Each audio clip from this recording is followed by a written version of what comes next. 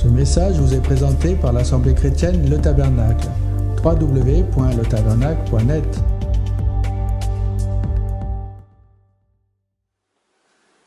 Voici, j'ai reçu de mon Père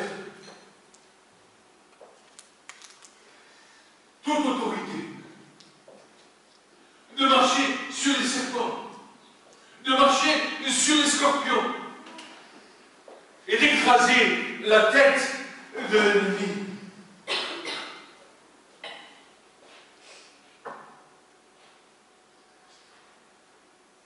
Petite question. Où en sommes-nous?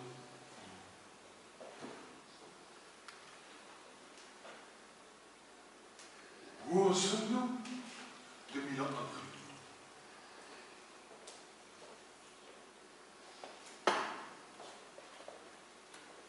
L'état dans lequel se trouve l'Église aujourd'hui peut paraître décevant. Mais je me rappelle d'une parole du Seigneur qui dit ceci: je bâtirai mon Église et les portes de l'enfer ne prévaudront pas contre elle.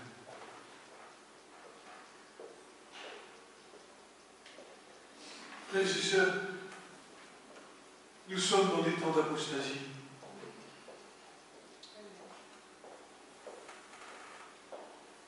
Nous sommes devenus froids.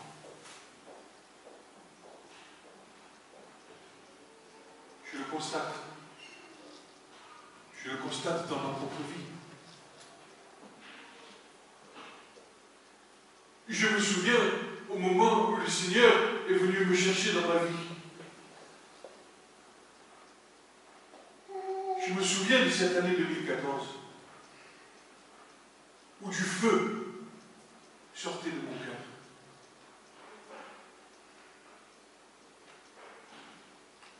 Et je fais le bilan. Nous sommes en 2021. Et le constat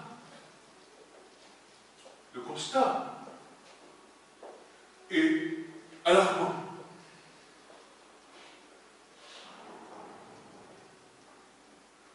Où est passé le feu du Seigneur?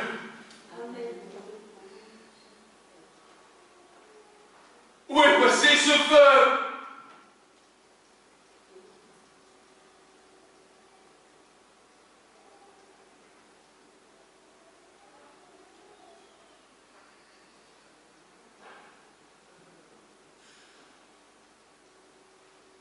Je ne croyais pas un jour.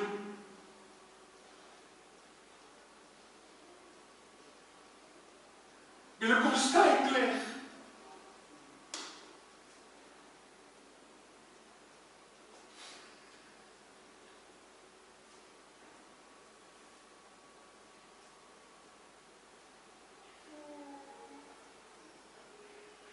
Nous n'avons pas d'autre choix que de relever la tête.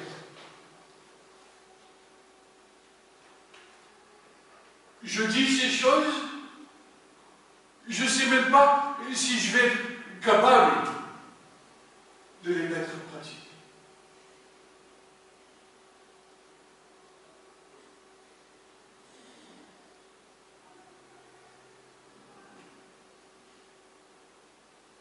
Pourtant, il le faut. Il le faut pour pas que ce feu s'éteigne complètement.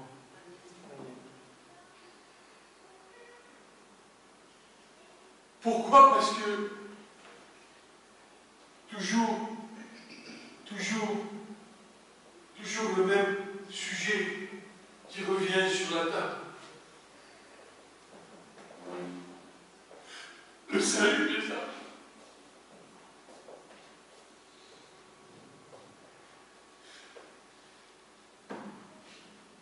Dans la semaine, j'ai appris le décès de mon binôme de l'armée.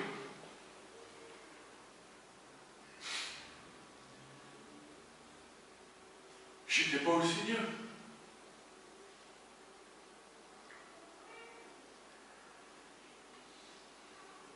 Je n'ai pas osé reprendre contact avec lui.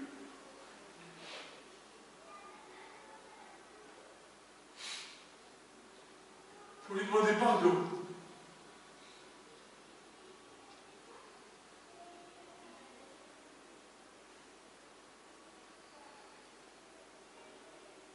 Je comprends pourquoi Paul disait malheur à moi si je ne témoigne pas.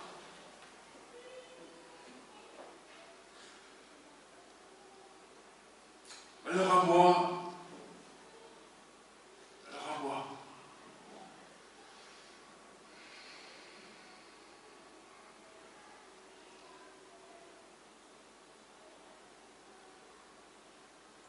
Dieu est amour, nous l'avons chanté.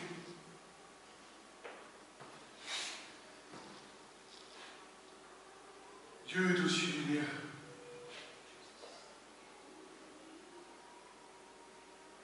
Et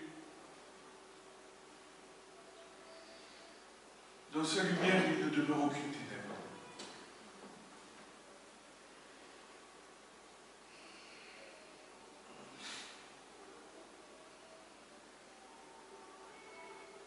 Je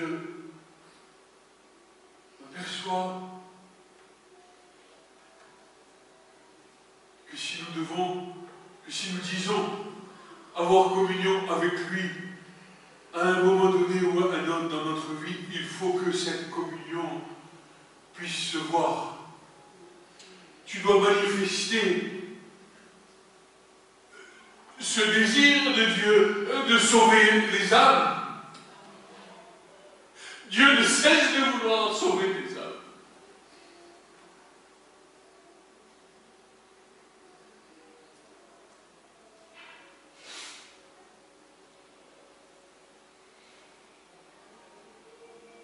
J'avais eu l'occasion de reprendre contact avec lui. Je n'ai pas fait. Pas que je culpabilise, parce que si Dieu est amour, Dieu manifeste son amour, il n'a pas besoin de moi pour lui témoigner de son amour.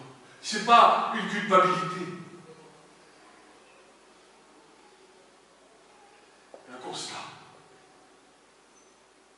Un constat du fait que nous soyons tous acteurs de l'Évangile.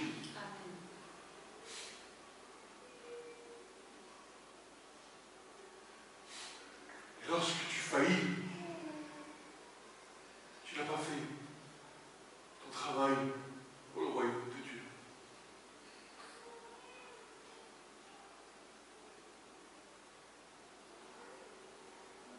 Dieu nous a donné des talents. Et ces talents doivent fructifier, n'est-ce pas?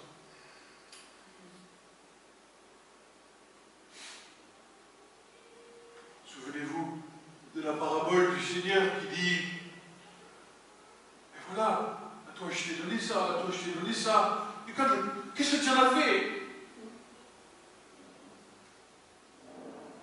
Alors les uns disent « Voilà, j'ai fait ça, c'est bien, c'est bien. » Et l'autre il l'a caché. Écoute-moi, si tu as des talents de Dieu et que tu les caches, que tu ne les mets pas au service du royaume, attends-toi à ce que ça te soit retiré. Pourquoi? Parce que à quiconque a, je donnerai, et à quiconque n'a pas, à cela lui-même, à lui-même, cela lui sera retiré, n'est-ce pas?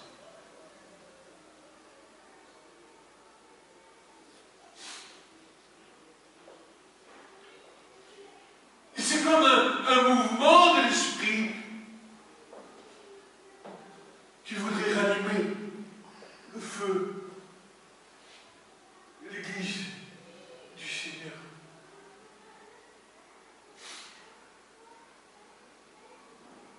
Ce matin, je veux nous encourager.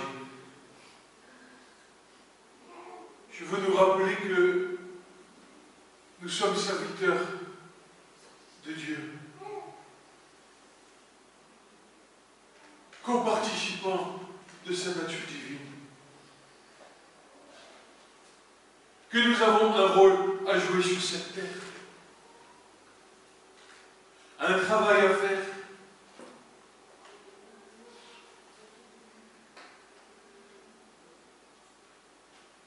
Mais pour cela,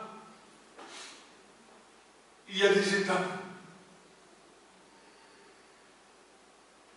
Pendant que nous étions en train de louer, le Seigneur m'a donné ce verset.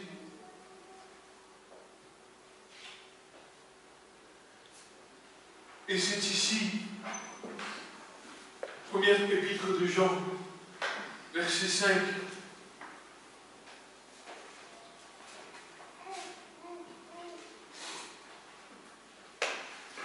Et c'est ici le message que nous avons entendu de lui et que nous vous annonçons, à savoir que Dieu est lumière et il n'y a en lui aucune ténèbre. Si nous disons, blablabla, si nous disons avoir communion avec lui et que nous marchions dans les ténèbres, nous mentons et nous ne pratiquons pas la vérité. Mais si nous marchons dans la lumière, comme lui-même est dans la lumière, nous avons communion les uns avec les autres, et c'est le sang de Jésus-Christ, son Fils, qui nous purifie de tout péché. Attends, parce que Jean continue. Si nous disons que nous n'avons pas de péché, nous nous séduisons nous-mêmes, et la vérité n'est pas en nous. Pourquoi? Oui, parce que si tu dis que tu n'as pas de péché, et Jésus, il est venu pour rien sur la croix. Par contre, écoute bien, la première étape de ta vie de chrétien, la première. Si nous confessons nos péchés, il est fidèle et juste pour nous pardonner nos péchés et nous purifier de toute iniquité. Et Jean termine en disant ceci: si nous disons que nous n'avons pas de péché, nous le faisons menteur et sa parole n'est pas en nous.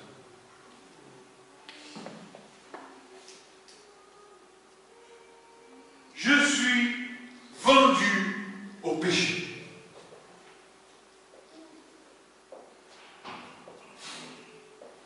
Et mon corps de péché a été crucifié avec Christ sur la croix. Désormais, dira Jésus, tout pouvoir m'a été donné sur la terre, dans les cieux.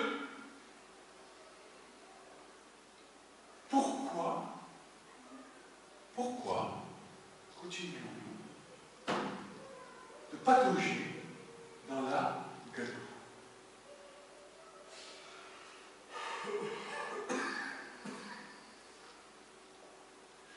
Paul dira, et j'ai été crucifié avec Christ, ce n'est plus moi qui vis, c'est Christ qui vit. Vous avez compris, Paul? Et ce matin, je me posais cette question: combien de temps pour arriver à cette maturité spirituelle qui fera que la chair n'a plus de pouvoir sur moi? Combien de temps? Combien de claques? Combien de repentance? Combien?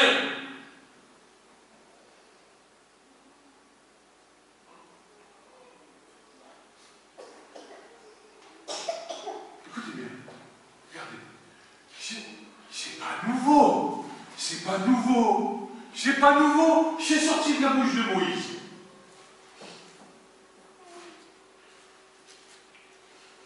Deutéronome 8.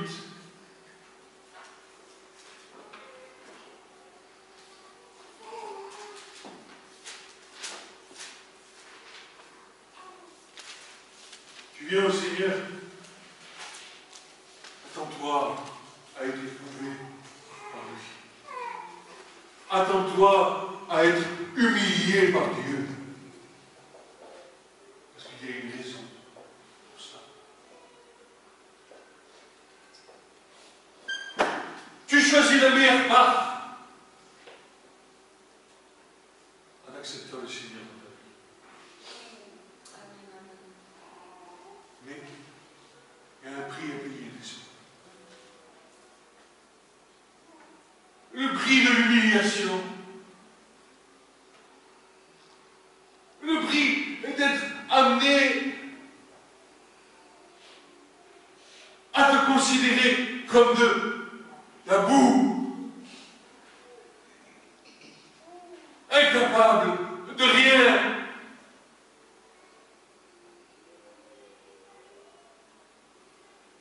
Écoute, petit Moïse,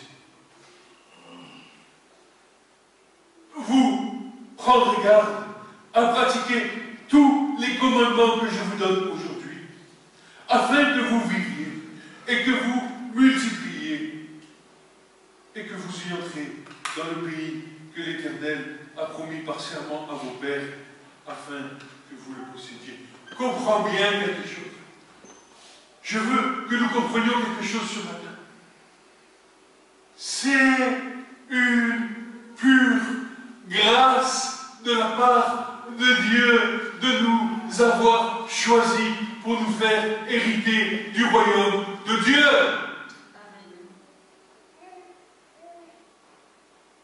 À cause des promesses faites à Abraham, à Isaac et à Jacob, et à David, et à Salomon, et à tous ceux qui sont passés avant moi.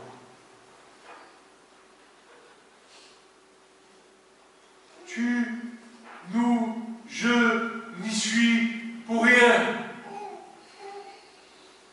Et écoute ce qui va se passer.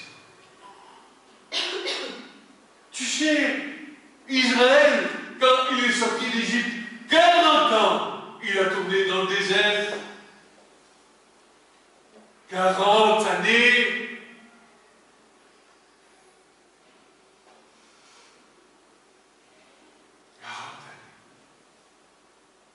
Pourquoi? Parce que nous sommes têtus. Nous ne voulons pas obéir à Dieu. C'est inné. Ça va y être. Côté l'Éternel, le juste qui se tourne vers Dieu et qui obéit à Dieu. De l'autre côté, celui qui se constitue ennemi de Dieu.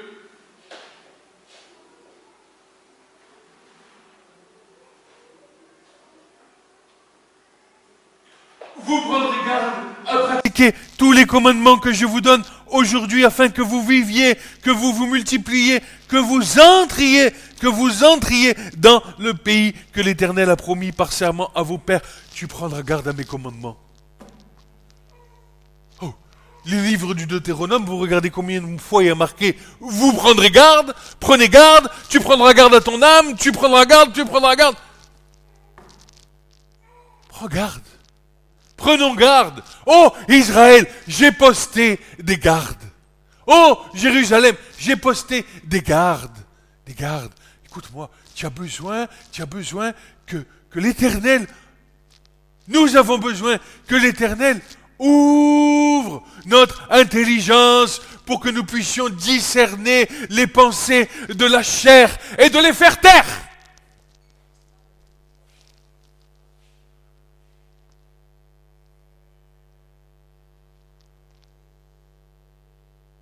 Cette chair me pèse. Cette chair me pèse. Comme dit Paul, je prends plaisir à la loi de Dieu intérieurement. Mais je constate qu'une autre loi, dans mes membres, elle agit, elle est agissante.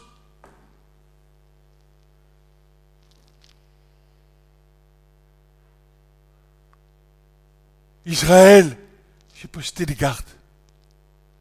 Dieu t'a donné une intelligence pour que tu vois les choses arriver et pour que tu fasses taire ces pensées. Ils sont parfois capables de venir dominer ta vie et la mienne.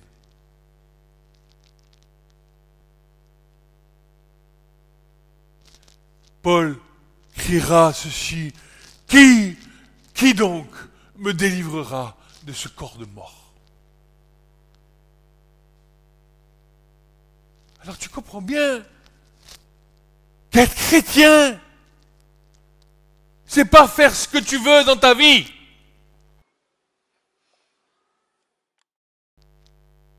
Ne savez-vous pas que vous êtes le temple du Saint-Esprit? Ne savez-vous pas que celui qui corrompt le temple du Saint-Esprit, Dieu le détruira?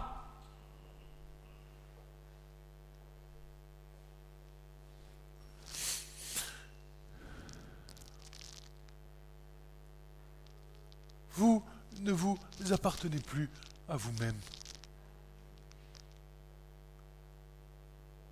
Mais combien de temps? Combien de temps encore, Seigneur? Hein? Et réponds le Seigneur, hein? Jusqu'à ce que tu comprennes. Voilà. Jusqu'à ce que tu comprennes.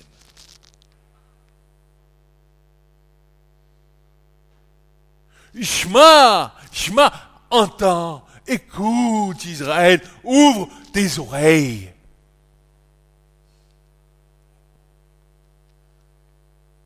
Appartenir à Dieu, c'est pas appartenir à Dieu un peu. C'est appartenir à Dieu entièrement. Et encore Paul, il dit ceci: ne livrez plus donc vos membres comme des instruments d'iniquité, comme avant que vous rencontriez le Seigneur, mais livrez vos membres en sacrifice vivant, utile, agréable pour le service. Où est l'Église? Où est l'Église lorsque ma sœur Bernadette vient me dire: je suis pleine de rhumatisme, j'ai mal de partout?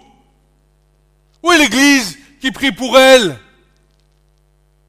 Qui vient poser ses mains sur elle et qui vient lui accorder des prières? Où est la compassion de l'Église pour les membres qui se meurent? Nous sommes devenus individualistes. Il n'y a plus d'unité. Quand je vois l'Église primitive, un membre souffre, tous les membres souffrent. Un membre se réjouit, tous les membres se réjouissent. Où en sommes-nous? Ma sœur Yvette, où en sommes-nous? Ma sœur Babette, qui souffre, où en sommes-nous? Oui, j'ai prié pour toi, oui, j'ai prié pour toi. Sure.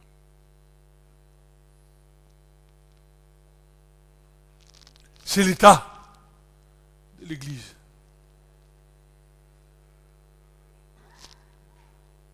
Je ne sais même pas pourquoi je vous dis ça. Parce que le Seigneur le pose sur mon cœur, mais ce n'était pas la teneur du sujet de ce matin.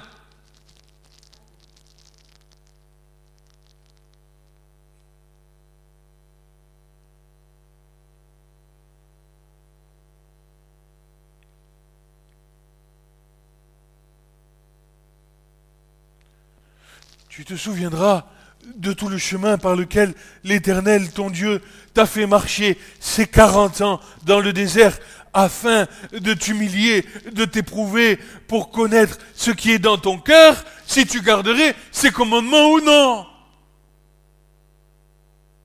Tu vas passer par l'épreuve de Dieu jusqu'à ce que tu comprennes qu'il faut garder les commandements de Dieu. Et quels sont les commandements de Dieu? Tiens, Quel est le plus grand commandement?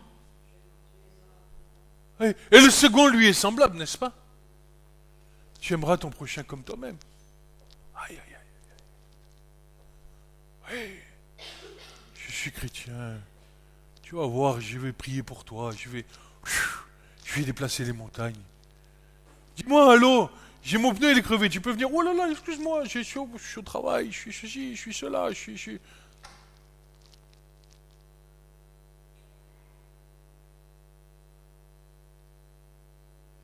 Ravive. S'il te plaît, Seigneur, ravive la flamme de ton Église.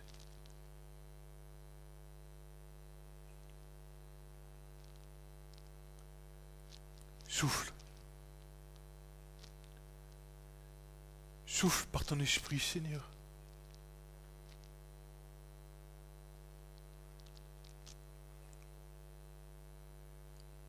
Même si ton retour est proche, Seigneur, il y a encore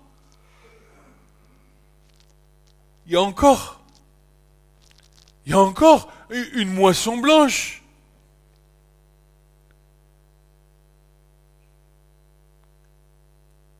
Il y a encore des choses à récolter et il y a encore à faire dans ton Église.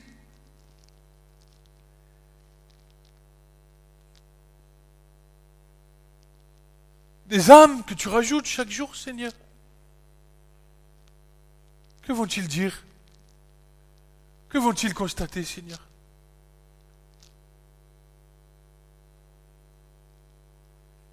Je pense à des Thomas, je pense à des Julien. L'Église du Seigneur. Et de ceux qui sont dehors. Nous sommes les porteurs de l'Évangile, de la bonne nouvelle de Jésus-Christ, ressuscité d'entre les morts. Oh! Tu en as vu, toi, des vies comme ça, où celui qui était promis par la bouche des prophètes, que nous avons vu, que nous avons touché, que nous avons entendu, dira Jean, nous vous l'annonçons. Qu'est-ce qui reste de l'Évangile aujourd'hui? Entre les théologiens qui en font des confettis, entre les historiens qui se font gonfler la tête. Mais qu'est-ce qui reste?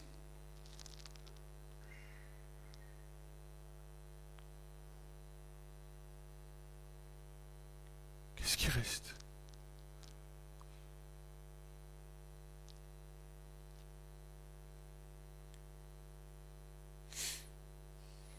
Alors tu viens au Seigneur, tu vas passer par le désert. Et dans le désert, voilà ce qui se passe. Dieu va t'humilier, il va t'éprouver pour connaître ce qui est dans ton cœur. Parce que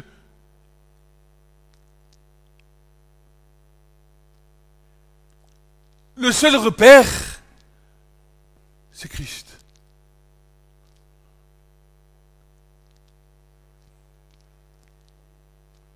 Quand tu passes par le désert, c'est ce que dit le Nombre 10, verset 22, je crois, de mémoire, ce qu'on a lu il y a 15 jours ou 3 semaines. Et lorsque vous sonnerez de la trompette, que vous entrerez dans le pays, vous sonnerez et vous serez rappelés en mémoire de l'Éternel votre Dieu, et vous serez délivrés de tous vos ennemis. Pas je combats avec mon épée, non, je fais confiance à Dieu. Et Dieu va t'éprouver. Voici ce qu'il est dit. Il t'a humilié, il t'a fait avoir faim, il t'a fait manger la manne que tu n'avais pas connue et que tes pères n'avaient point connue, afin de te faire connaître que l'homme ne vit pas de pain seulement, mais que l'homme vivra de tout ce qui sort de la bouche de l'Éternel. Ouais, voilà, mais c'est pas changé pour nous. Qui lit sa Bible? Qui ouvre la parole de Dieu? Qui se nourrit de la manne cachée qui vient du ciel? Je vais vous dire quelque chose. Pendant une semaine, ma Bible, elle est restée fermée.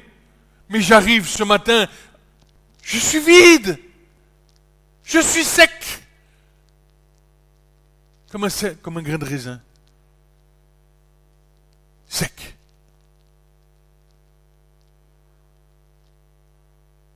J'ai pas pris le temps. J'ai pas donné le temps au Seigneur. Parce que quand tu vas lire la parole de Dieu, ensuite, la pluie de l'Esprit va venir la faire croître dans ton cœur. Ton vêtement ne s'est point usé sur toi, ton pied ne s'est point enflé pendant ces 40 ans. Connais dans ton cœur que, comme un homme châtie son fils, l'Éternel, ton Dieu, te châtie, et garde les commandements de l'Éternel, ton Dieu, pour marcher dans ses voies et pour le craindre. J'ai eu une discussion avec mon fils hier. J'ai été réjoui. Mon fils qui se met à pleurer, et qui me dit, papa, j'imagine qu'un jour le Seigneur revient et que je sors de ma chambre et que vous soyez tous partis et que moi, je sois resté à cause de mes bêtises. Il s'est mis à pleurer de tout son cœur, de tout son être. Ça s'appelle la crainte de l'Éternel. Alors je lui ai dit, mon fils, si tu as ces choses dans ton cœur, réjouis-toi, parce que la crainte de l'Éternel, c'est le commencement de la sagesse.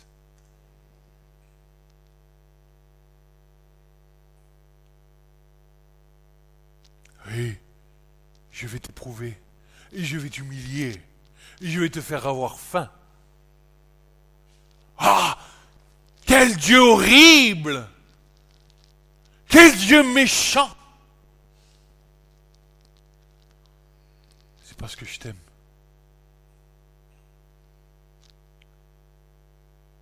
Parce que je t'aime.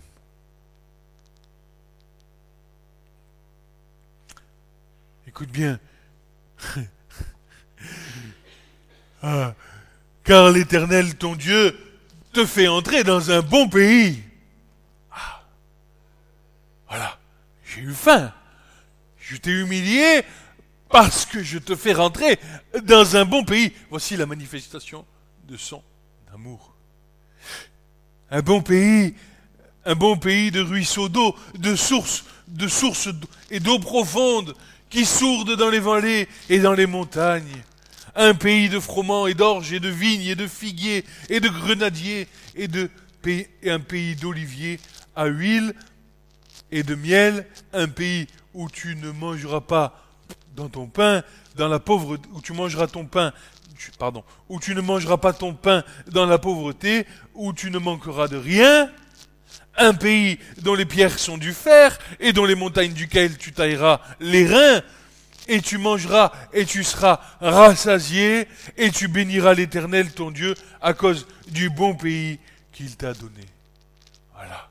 Tu passes par la souffrance, tu passes par l'humiliation, le Seigneur te fait... Attends, si tu obéis à ses commandements, il te fait découvrir un pays, une position spirituelle, dans lequel se trouvent des sources d'eau qui te rassasient. Oh, mon âme est rafraîchie quand ton onction m'envahit, n'est-ce pas? Nous l'avons chanté tout à l'heure. Oh, t'as la délicatesse du pain, le pain de Dieu, la parole de Dieu qui te nourrit, les promesses. Toutes ces promesses qui te nourrissent. Et tu béniras ton Dieu. Eh oui, nous te bénissons, Seigneur. Nous te bénissons parce que nous voyons toutes ces choses. Oh, que c'est bon, vous allez voir la fin. Tu tu mangeras, tu seras rassasié, tu béniras l'Éternel ton Dieu à cause du bon pays qu'il t'a donné.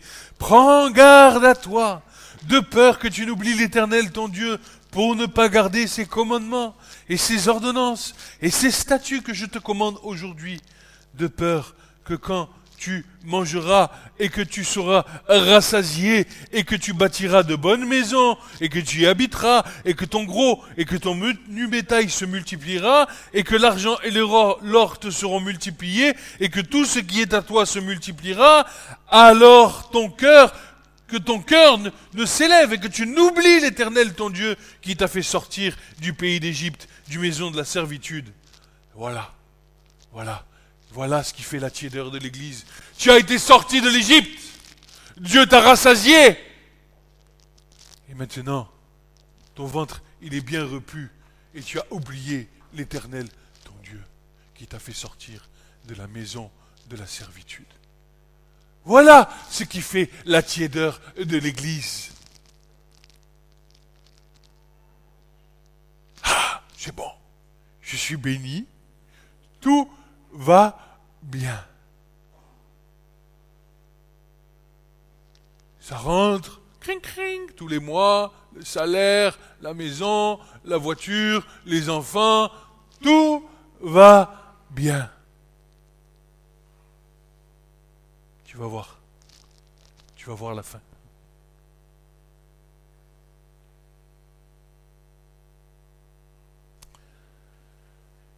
L'Éternel t'a fait marcher dans le désert grand et terrible, désert de serpents et de scorpions, une terre aride où il n'y a point d'eau, qui a fait sortir pour toi l'eau du roc dur, qui t'a fait manger dans le désert la manne que tes pères n'ont point connue, afin de t'humilier, afin de t'éprouver et pour te faire du bien à la fin. Et que tu ne dises dans ton cœur, et voilà, ma puissance. Oh, mais ce verset, il me fait penser à Apocalypse.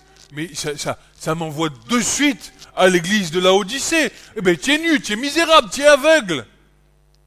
Écoute. Et que tu dises, ma puissance et la force de ma main m'ont acquis ces richesses. Mais tu te souviendras de l'Éternel, ton Dieu, c'est lui qui te donne la force pour acquérir ces richesses, afin de ratifier son alliance qu'il a jurée à tes pères, comme il paraît aujourd'hui. Et s'il arrive, eh bien voilà, que tu oublies en aucune manière l'Éternel, ton Dieu, et que tu ailles auprès d'autres dieux, et que tu les serves, et que tu t'inclines devant eux, je rends témoignage aujourd'hui contre vous, que vous périrez entièrement comme les nations que l'Éternel a fait périr devant vous. Ainsi, vous périrez parce que vous n'aurez pas écouté la voix de votre Dieu. Tu passes par le désert, Dieu te fait rentrer dans le pays de la promesse. Il te bénit d'abondance. Et puis à un moment donné, tu t'assois dans ton confort. Le confort de la vie que Dieu t'a accordée, tout va bien, et tu commences à t'attacher aux choses que Dieu t'a données, sans prendre garde à le remercier, sans prendre garde. Et voilà que le diable commence à te lier. Et le feu qui était au départ de la joie d'avoir été sorti du pays de l'Égypte a été complètement étouffé. Alors, qu'est-ce qui va se passer d'après vous? Qu'est-ce qui va se passer si nous en arrivons à un tel point? Mais vous périrez! Nous périrons!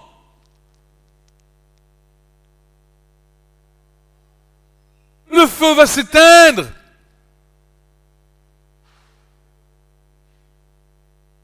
Et l'Église, avec.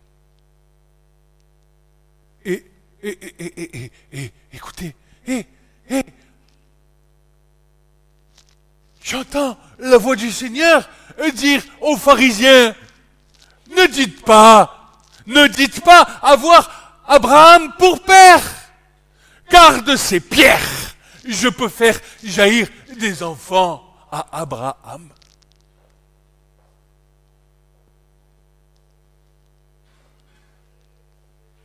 De ces pierres.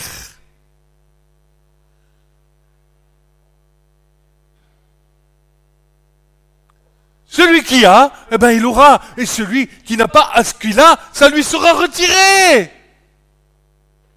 Et le jugement de Dieu commence par sa maison.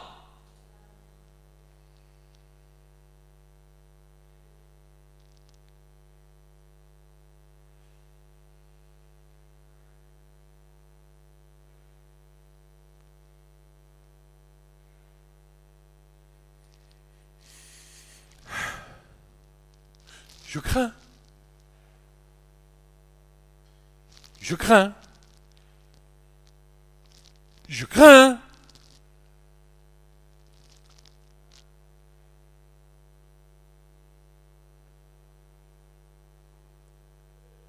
Je ne veux pas me faire d'illusions. Je constate. Je crie. Je m'en fous.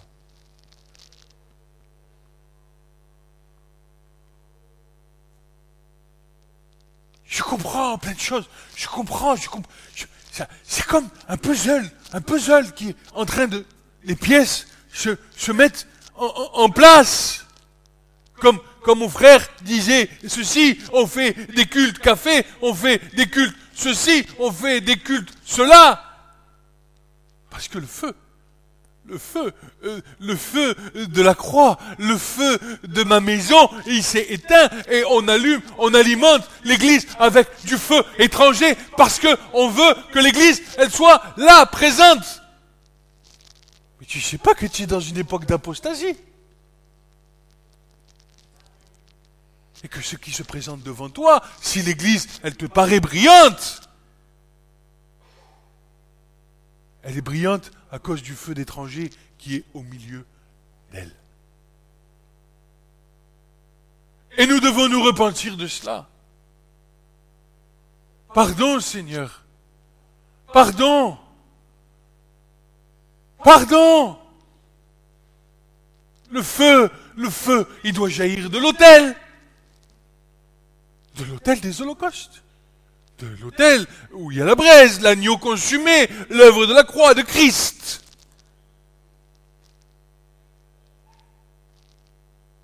Pas d'une... comment on appelle ça, une activité dans l'église sous prétexte. Sous prétexte.